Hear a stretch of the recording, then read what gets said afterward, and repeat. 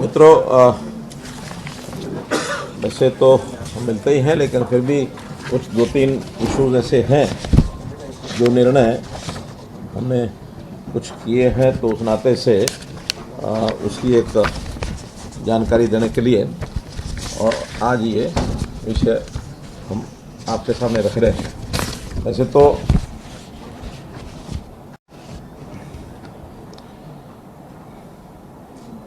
नई योजनाएं बहुत हम बनाते हैं और जनता के हित में बनाते हैं, तो जनता हित में लगातार योजनाएं बनती हैं। नई व्यवस्थाएं बनाने में कुछ न कुछ कठिनाइयाँ छोटी मोटी शुरू में आती हैं, क्योंकि व्यवस्था परिवर्तन करना इतना आसान नहीं है, और फिर जब कर दिया जाता है तो उसको स्वीकार करना भी आसान नहीं है। बहुत लोग उसको स्वीकार इसलिए भी नहीं कर पाते कि या तो उनको समझ में नहीं आता, और या समझ में आने भी लगता है तो उनको लगता है कि हमारे हाथ से बहुत सी चीज़ें निकल जाएंगी, ये तो जनता को सीधा लाभ होगा जो हम आज तक कर नहीं सके, और ये लाभ अगर जनता को हो गया तो जनता फिर हमारी बात कैसे सुनेगी। उस प्रकार से उसके विरोध खूब होते हैं। तो उसी प्रकार का एक विषय, और वो बिल्कुल ज़मीन से जुड़ा हुआ विषय है। यानी जैसे कहते हैं ना कि ज़मीन से जुड़ी बात हो तो बड़ी मजबूत होती है, तो आज एक ऐसा विषय आपके सामने रख रहा हूँ जो ज़मीन से जुड़ा हुआ है। हमने एक शब्द सुना है, इंतकाल, सुना है ना, लेकिन आज से पहले जो व्यवस्थाएं चल रही थी वो इंतकाल के लिए आदमी लगा रहता था और सालों साल लगा रहता था, इंतकाल हो नहीं पाता था और उस आदमी का इंतकाल हो जाता था। इंतकाल का डबल मतलब। तो इसलिए वो आदमी का इंतकाल ना हो तो जो पहले वाला इंतकाल है, जमीन का इंतकाल, वो कैसे हम ठीक से कर सकें। हमारी पार्टी का एक बहुत बड़ी घोषणा हमने 2019 में की थी, और वो घोषणा थी कि नए इंतकाल को समयबद्ध सीमा में ऑनलाइन करने की सेवा शुरू करेंगे। ये हमारा जो मैनिफेस्टो था उसमें हमने किया था, और उस अनुसार आज हमने एक नई व्यवस्था आपको देने के लिए, आपके माध्यम से जनता को देने के लिए शुरुआत कर रहे हैं कि अब जो इंतकाल है वो रजिस्ट्री जैसे होगी उसके तुरंत बाद इंतकाल करने की व्यवस्था वो शुरू हो जाएगी। किसी के पास चक्कर काटने की ज़रूरत नहीं है, पटवारी के पास जाओ, तहसीलदार के पास जाओ, अपना इंतकाल चढ़वाओ, नाम बदलवाओ। अब उसकी निश्चित प्रक्रिया यह है कि जिस दिन रजिस्ट्री हुई 10 दिन तक वो पोर्टल पर रहेगी, और उस पोर्टल पर यदि किसी ने ऑब्जेक्शन कोई देना है तो वो ऑब्जेक्शन दे सकेगा, और वो सबको दिखेगा, सरकारी अधिकारियों को भी दिखेगा। मान लो किसी का ऑब्जेक्शन है वो भी दे सकते हैं, जनता को भी देखेगा वो भी दे सकते हैं। और 10 दिन तक कोई आ गया ऑब्जेक्शन तो वो जो म्यूटेशन है वो कंटेस्टेड मानी जाएगी। कंटेस्टेड मतलब अभी ये जब तक इसका फैसला नहीं होता तब तक ये इंतकाल नहीं होगा। अगर 10 दिन के अंदर कोई ऑब्जेक्शन नहीं आता तो ऑटोमेटिकली उस ज़मीन का इंतकाल हो जाएगा, और वो फिर अपने आप रजिस्टर में नाम बदल जाएगा, मालिक का नाम बदल जाएगा, उसमें अब किसी के पास जाने की ज़रूरत नहीं पड़ेगी।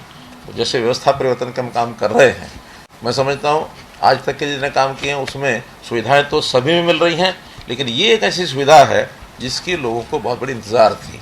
चाहे शहरी प्रॉपर्टी हो, चाहे वो गांव की प्रॉपर्टी हो, तो उन सब का इंतकाल अब ऑटोमेटिक करने की हमने सुविधा कर दी है, और इसका एक पोर्टल हमने बनाया है। उस पोर्टल को क्या लॉन्च करना है, इस पोर्टल का मैं अभी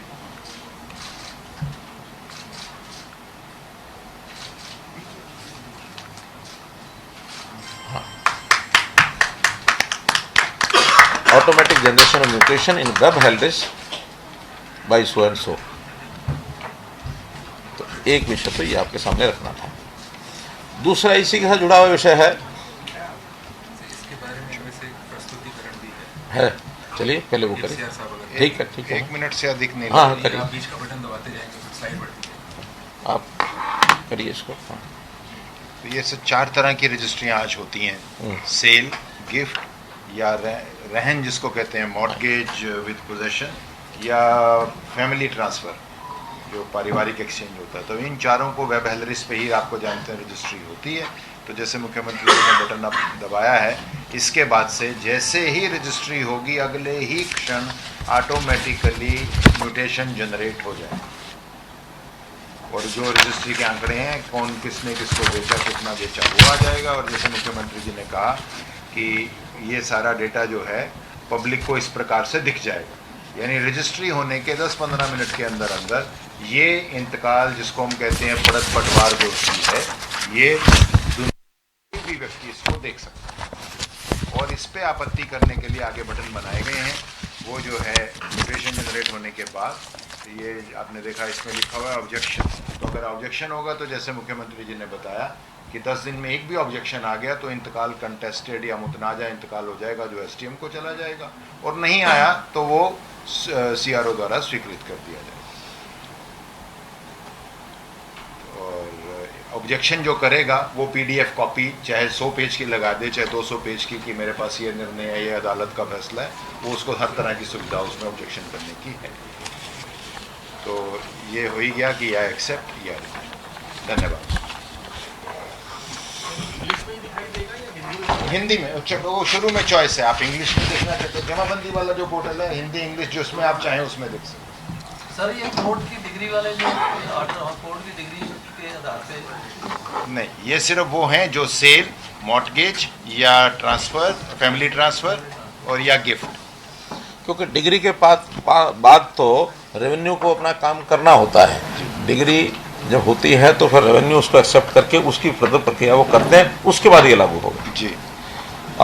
ऐसा ही एक दूसरा जो व्यवस्था हमने बनाई है कि जो रजिस्ट्रियाँ हैं वो सब तहसीलों में होती हैं, तहसीलदार नायब तहसीलदार वो सब करते हैं।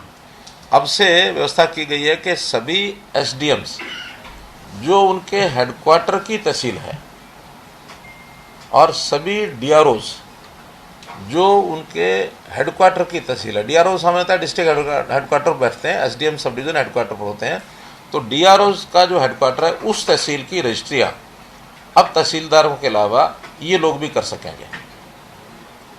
यानी केवल तहसीलदार के पास ही जाने की आवश्यकता नहीं है। आपके तहसील में यदि एसडीएम है तो वहाँ जाके करा सकते हैं, अगर डीआरओ हैं तो वहाँ जाके करा सकते हैं। हाँ, कुछ समय के बाद हम ऐसी योजना बना रहे हैं कि इन स्थानों पर चाहे वो सब नायब तहसीलदार हो, चाहे तहसीलदार हो, चाहे डीआरओ हो और चाहे कोई भी एसडीएम हो, इनके ऑफिस में व्यवस्था करने के बाद हम पूरे ज़िले की रजिस्ट्री किसी भी ऑफिस में करा सकेंगे। अभी तो तहसील के अंदर की करा सकेंगे, फिर पूरे ज़िले की करा सकेंगे। बहुत जल्दी उसका भी हम सिस्टम बना करके और आपको आपके माध्यम से हमारे लोगों को हम बताएंगे। ये तो शुरू समझो क्या हो गया, आज से कल रात को नोटिफिकेशन हुई है सर। हाँ, आज से शुरू है। हाँ, कल नोटिफिकेशन हो चुका है, तो आज से समझो सोमवार से। हाँ, तो वो जो बीच में कुछ टाइम उनको व्यवस्था करने का कंप्यूटर वालों को जरूरी होता है, हाँ, सोमवार से ये शुरू हो जाएगा।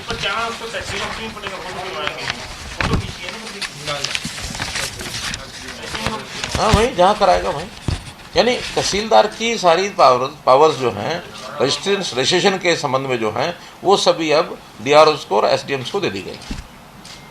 उसको भी एक प्रकार का, हाँ, तहसीलदार के साथ एक प्रकार का वो भी सब रजिस्ट्रार की उसकी जो पावर्स हैं रजिस्ट्रेशन के संबंध की वो सारी उसको हो गई। तो जो तहसीलदार करता है वो करेगा। यानी एक प्रकार से वो तहसीलदार की और भी पावर्स होती हैं, केवल सब रजिस्ट्रेशन की जो पावर है उसको मिली है। फुल फ्लेज तहसीलदार तो उसको नहीं कहेंगे, लेकिन रजिस्ट्रेशन की पावर्स ये अब एसडीएम को और डीआरओ को भी दे दी गई।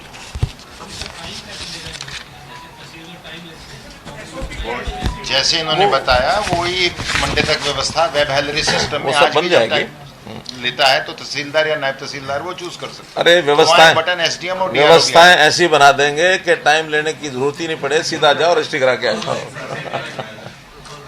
आखिर ये तो पुराने विषय है कि लाइन लगा के टाइम लो, फिर कोई करंट में कराओ, कोई वो क्या उसको बोलते हैं पैसे स्पेशल दे के क्या तत्काल में कराओ, कुछ और कराओ। धीरे धीरे देखिए कोई ज़माने चले गए। उन जमानों में वो जमाने भी थे जब आपको किसी समय के लिए बुक कराने के लिए 1 महीना पहले गैस सिलेंडर बुक कराना पड़ता था। अब गैस सिलेंडर लोग कहते ले लो गैस सिलेंडर ले लो, गैस वाला आया। तो चीज़ें हैं, कई बार 1 घंटे के बाद ही हो जाता है। चीज़ें धीरे धीरे अब युग भी बदल रहे हैं, व्यवस्थाएं भी बदल रही हैं। जनता की तकलीफ दूर करना ये हमारा काम है। कोई तकलीफ हो रही है हमारे पास लाओ, यथा समय जितना लगना वो लगेगा ही, लेकिन उसकी तकलीफ दूर करना हमारा काम है। हमको जनता इसीलिए चुनती है। एक तीसरी एक अनाउंसमेंट जिसकी उत्सुकता आपको पहले भी थी, आपने पूछा भी था, मैंने उसका मैं कहा था जल्दी इसका उत्तर हम देंगे। और वो व्यवस्था ये है कि जो अनमैरिड लोग हैं, चाहे महिला हो चाहे पुरुष हो, 45 साल से लेकर 60 साल तक, यानी as soon as an unmarried person become 45, उसके बाद मंथली पेंशन का 2750 रुपया वर्तमान में वो भी हकदार हो जाएगा, बशर्ते कि उसकी इनकम 1,80,000 रुपये तक ही है। अब ये सिर्फ जो बीपीएल परिवार हैं उनके अनमैरिड लोग, चाहे महिला हो चाहे पुरुष हो, 45 से 60 की 2750 रुपये की पेंशन उनको मिला करेगी। ये डिमांड वैसे तो बहुत पुरानी है। हमारे एक एमएलए विधानसभा में भी कई बार कहा करते थे पिछले टर्म में, तो उस समय वो अगला विषय वो भी करता हूँ। अभी तो एक कैटेगरी है अनमैरिड की।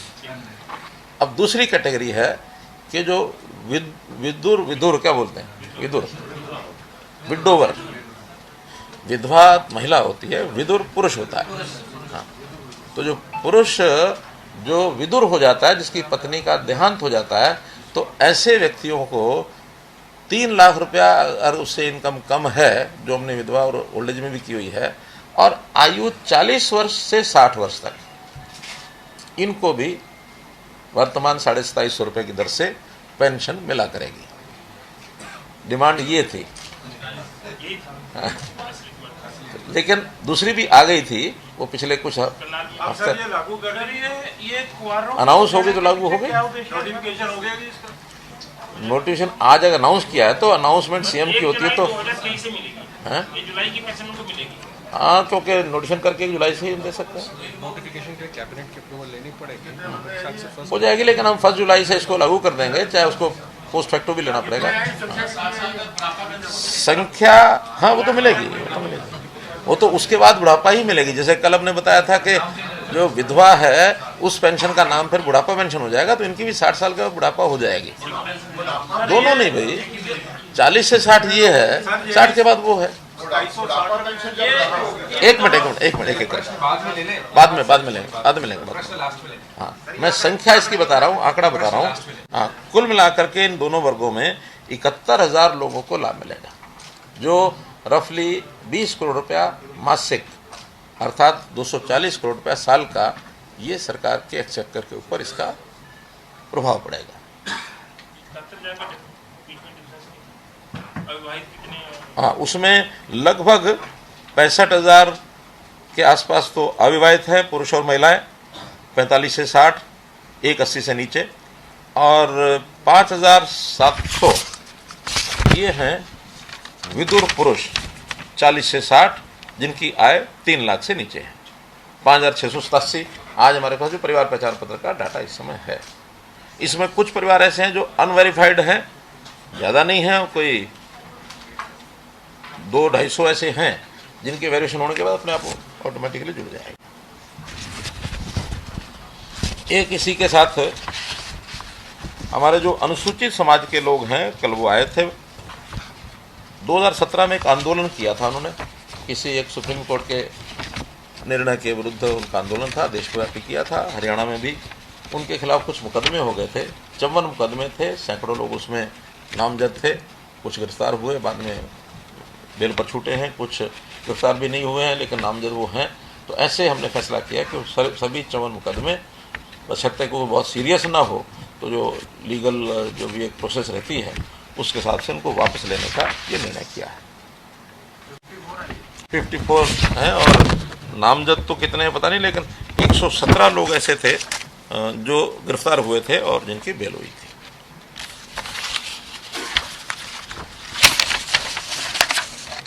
आज के प्रमुख विषय तो यही थे।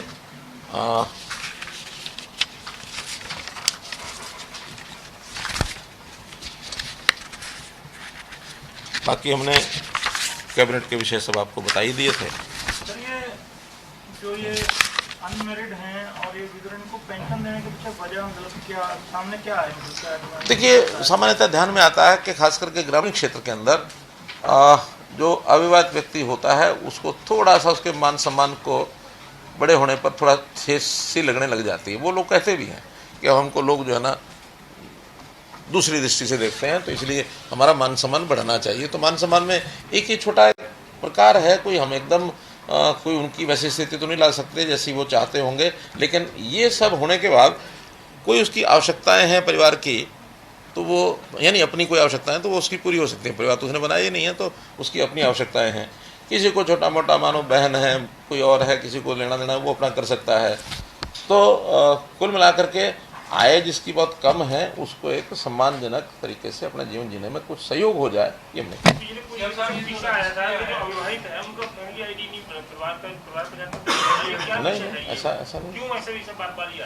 ऐसा तो नहीं है। केवल इतना ही था, कुछ लोगों ने अविवाहित होने के नाते से सिंगल मेंबर फैमिली का एक अपना फार्म भरना शुरू कर दिया था कि हम ही अकेले। अब थोड़े बहुत लालच होते हैं उनके कि अलग से हमको AAY का फ़ायदा मिल जाएगा, अलग से हमको आयुष्मान का कार्ड का फ़ायदा मिल जाएगा, तो ऐसे कुछ लाभ होते हैं। हमने ये तय किया कि हम उसकी वेरिएशन करेंगे। अगर वो परिवार के साथ रहता है तो जिस परिवार में रहता है उसी के साथ उसकी फैमिली ID बनेगी। अलग से केवल इसलिए कि मैं अविवाहित हूँ इसलिए नहीं बनेगी। फॉर्म वो आवेदन कर सकते हैं, वेरीफाई करने पर। हाँ, बिल्कुल।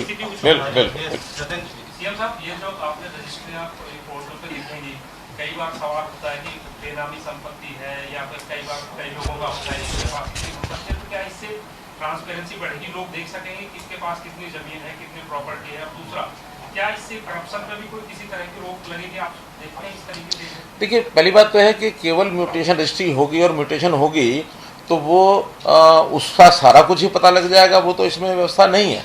लेकिन आज जो पर्टिकुलर एक रजिस्ट्री हुई है वो बेनामी नहीं होगी, क्योंकि अब उसके साथ हमने परिवार पहचान पत्र भी देखना शुरू कर दिया है, वो व्यक्ति एग्जिस्ट करता है।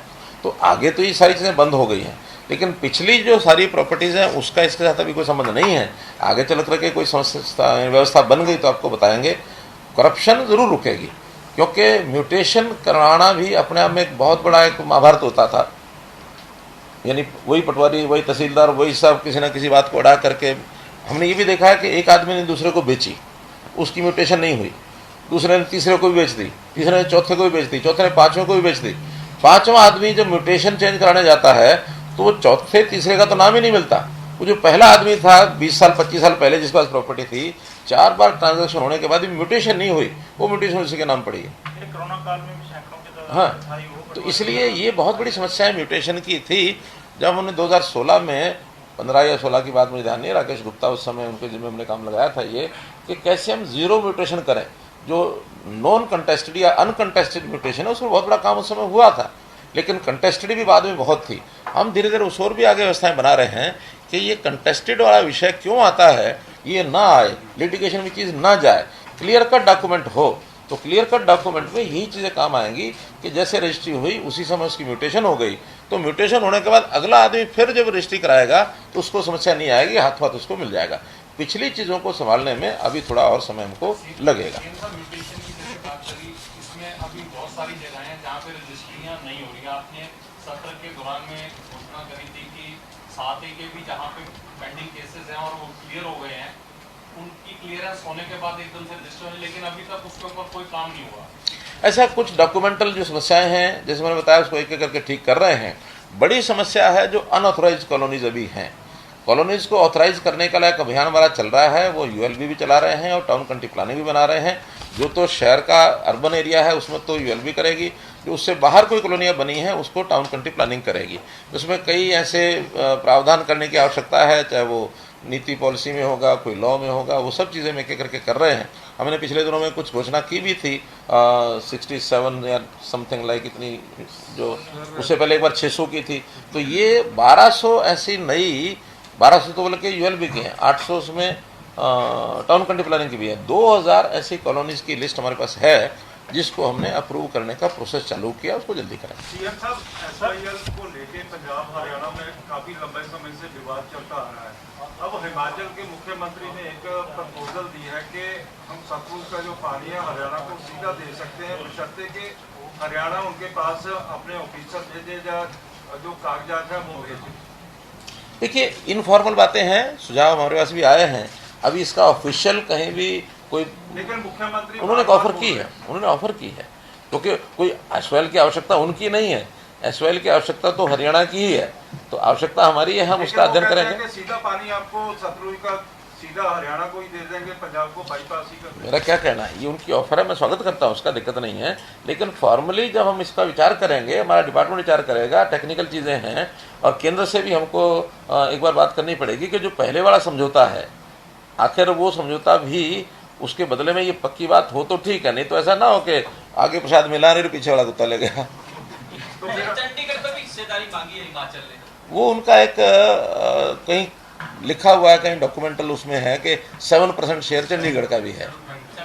तो हरियाणा को कोई ऐतराज नहीं है सर, क्योंकि आपका भी 40% नहीं, जाएगा। देखिए जब ये डिवीज़न का विषय आता है, ये तब की बातें हैं, ये कोई एक चीज़ अलग अलग से नहीं विचार की जाएगी, ये तो जिसको कहना चाहिए ना, एक मुश्त सारी बातें आएंगी, उसमें फिर चंडीगढ़ होगा, उसमें हिंदी स्पीकिंग एरिया होगा, उसमें एसवाईएल होगा, उसमें हाई कोर्ट होगा, उसमें कितने विषय हैं, असेंबली का भवन है।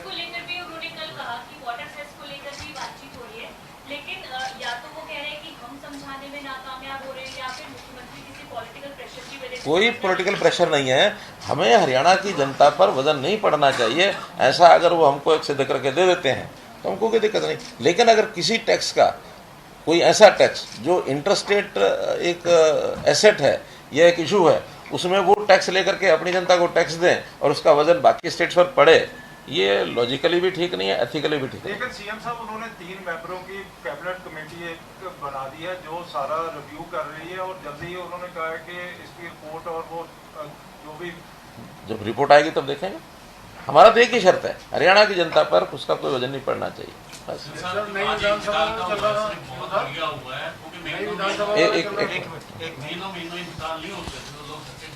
नहीं, मैंने तो कहा इंतजार ना तो उनका इंतजार हो जाता है। सर ये जो टाइम लिमिट है कि 10 दिन में ही कोई ऑब्जेक्शन कर सकता, बाई चांस कोई बाहर गया होता है, किसी को परिवार को पता नहीं होता कि फलां जगह की रजिस्ट्री हो रही है, तो मान लो 10 दिन उसको नहीं मालूम पड़ा, तो उसके बाद वो ऑब्जेक्शन कर सकता है या उसको? नहीं, देखिए उसके लिए जो हमारा जुडिशियल सिस्टम है, कोर्ट्स के सिस्टम है, वो तो सबके लिए खुले होते हैं, लेकिन रेवेन्यू की जो अथॉरिटीज़ हैं उन्होंने अपना सिस्टम कर दिया। अब एक उस आशंका के कारण से और हम सारी जनता को परेशान करें वो ठीक नहीं है। हमने एक सिस्टम बनाया है और ये सिस्टम अब प्रचारित होगा, सबको पता लगेगा, और सबको पता लगने के बाद जब रजिस्ट्रेशन होती है, उस रजिस्ट्रेशन में जो मालिक लोग होते हैं, अगर उसमें जॉइंट प्रॉपर्टी भी है, उसमें भी हम सबको मैसेज देते ही हैं।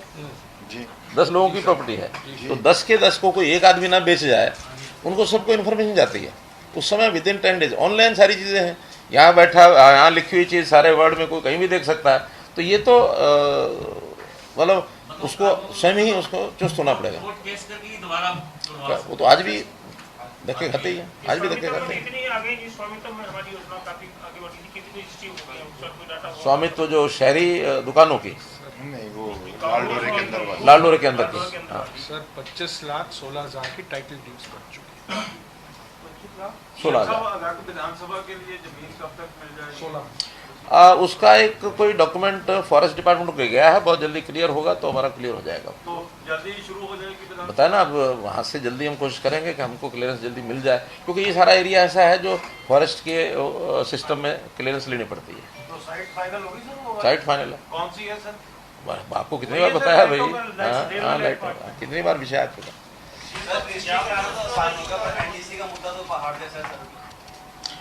देखिए मैंने बताया कि सिस्टम्स को ठीक करना तो उसकी तकलीफें तो होती हैं, इनको किसी ने हाथ लगाया नहीं, सब डरते थे। हमने कहा कि नहीं, हमने जनता को सुख अगर पहुंचाना है तो थोड़ा समय प्रसव पीड़ा जैसी होती है ना, तो रिजल्ट तो अच्छा ही होता है, लेकिन वो प्रसव पीड़ा होती है। इस नाते से ये थोड़ी तकलीफें हमको ध्यान में हैं, लेकिन इसमें सबसे पहले तो प्रॉपर्टी आईडी उसको ठीक करना। हर सप्ताह कैंप लग रहे हैं, 2 बार लग चुके हैं। मेरा उनको एक निर्णय हमने करके बताया हुआ, डायरेक्शन दी हुई है हर सप्ताह 2 दिन का कैंप लगेगा, जब तक किसी केंद्र पर वो दिन आए कि एक भी व्यक्ति नहीं आया कंप्लेंट का। उसमें हम प्रोएक्टिव होकर काम कर रहे हैं और मुझे लगता है कि उसका साथ साथ निदान भी हो रहा है। बहुत लोगों के मेरे पास मैसेज आए कि हमारी प्रॉपर्टी एड ठीक हो गई है।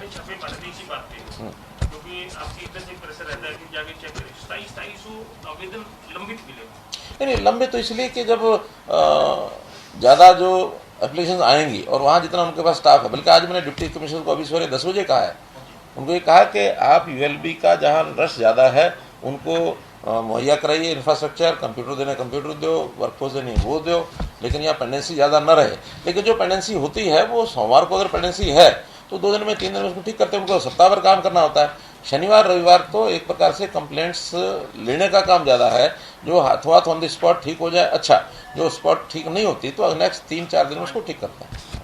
कोई है हमारे पास अभी इस बार का फिगर यूएलबी का? हाँ, वो आपको उपलब्ध कराएंगे। वो एक डाटा आया था कि 8 लाख के आसपास लोगों की शिकायतें आई प्रॉपर्टी एज को ठीक करने के लिए, उसमें से 5 लाख हो गई थी, 3 लाख बाकी थी। हाँ, तो वही आप जो बता रहे हैं 3 लाख के लगभग बाकी थी। अब 8 में से 5 ठीक होगी, 3 बकाए थे। हाँ, लेकिन जो विधानसभा में इसका जवाब दिया था तो 5% का जो था चेक कर लिया, बिल्कुल ठीक पाया गया। एट रैंडम चेक किया था, सब नहीं की थी। बाद में हमने सबसे कंप्लेंट ली है। अब उस 3 लाख 3.5 लाख में भी शिकायत कितनी जेन्युइन है कितनी नहीं है, क्योंकि बहुत सी चीज़ें डॉक्यूमेंटल ऐसी होती है कि उनके पास भी प्रूफ प्रमाण नहीं होते। कई समस्याएं आज छोटी छोटी समस्याएं इतनी उलझी हुई हैं, हमने तो समझ में नहीं आता कि इतने सालों तक ये सिस्टम में कोई घुसा ही नहीं। जैसे उदाहरण के लिए करनाल शहर आधे से ज़्यादा अब जो रिकॉर्ड निकल के आ रहे हैं तो शामला जमीन पर बसा हुआ। तो मुख्यमंत्री की तरफ से यहाँ पर प्रेस कॉन्फ्रेंस कर जानकारी साझा की गई। ज़मीनों के रजिस्ट्री के बाद 10 दिन के अंदर अपने आप इंतकाल की जो प्रक्रिया है वो हो जाएगी। इसके लिए आज मुख्यमंत्री की तरफ से एक पोर्टल भी लॉन्च किया।